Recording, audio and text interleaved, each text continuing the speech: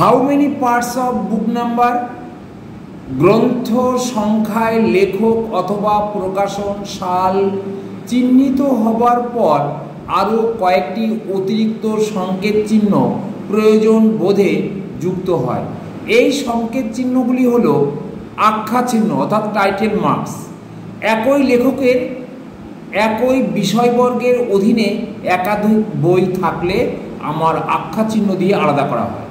2 নম্বর সংস্করণ চিহ্ন, একই গ্রন্থের একাধিক সংস্করণ থাকলে সেই ক্ষেত্রেও আমরা এডিশন চিহ্ন বা সংস্করণ চিহ্ন দিয়ে আলাদা করতে পারি।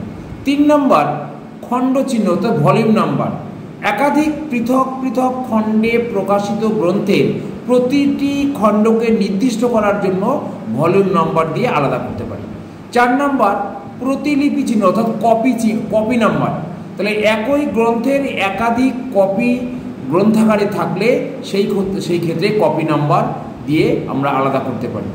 5 নম্বর কালেকশন নাম্বার বা সংগ্রহ চিহ্ন, বিভিন্ন সংগ্রহ বা সারিতে রাখা গ্রন্থসমূহকে নির্দিষ্ট করার জন্য এই কালেকশন নাম্বার বলা হয়। যেমন হিন্দি ভাষায় লিখিত পুস্তক সংগ্রহ হলে রেফারেন্স পুস্তক সংগ্রহ, এই চিহ্ন সাধারণত বর্গ সংখ্যার শীর্ষে বসানো হয়। অর্থাৎ আমরা যদি বলি রিডিং রুম আর কোথায় লিখবো, কল নাম্বারের মাথায় লিখবো। হিন্দি বুকস, তাহলে আমরা উপরে শুধু HIN বা আমরা যেটা দেব HI, এই দুটো লেটার দিয়ে আমরা বুঝতে পারবো এটা হিন্দি বই।